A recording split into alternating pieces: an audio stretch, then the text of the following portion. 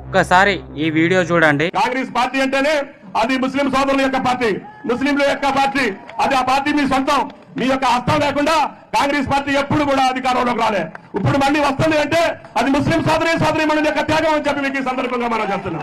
ముస్లింలు ఎక్కడుంటే అక్కడ అన్ని నియోజకవర్గాల్లో ఈనాడు కాంగ్రెస్ పార్టీ గెలవబోతా ఉంది. అంటే మీ యొక్క అల్లా దయ, అల్లా కృప ఈ తెలంగాణ మీద ఉంటుంది. కాంగ్రెస్ పార్టీ అంటే ముస్లింల యొక్క పార్టీ అని మీ నాయకులు చెప్తూ ఉన్నారు. అలాంటప్పుడు కాంగ్రెస్ పార్టీలో హిందువులు వర్క్ చేయడానికి మీకు సిగ్గు శరం అనేది ఉండాలి. ఎందుకంటే ఆ విధంగా అందరి ముందు కాంగ్రెస్ అంటే ముస్లిం పార్టీ అని అంతా చెప్తూ ఉన్నాక కూడా మేము దాంట్లోనే వర్క్ చేస్తామంటే ఇక మేమేం చేయలేము. మీకు సిగ్గు శరం అనేది ఉండాలి ఆ పార్టీలో వర్క్ చేయడానికి.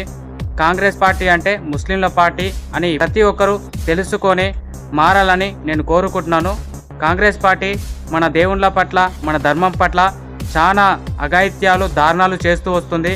మొన్నటికి మొన్న ఎన్ని గుళ్ళు ధ్వంసం అయ్యాయి అనేది కూడా మీరు తెలుసుకోవాలని నేను కోరుకుంటున్నాను. కాంగ్రెస్ పార్టీలో ఉన్న ప్రతి ఒక్క హిందువు ఖచ్చితంగా ఈ విషయాలన్నీ తెలుసుకొని మారాలని నేను కోరుకుంటున్నాను.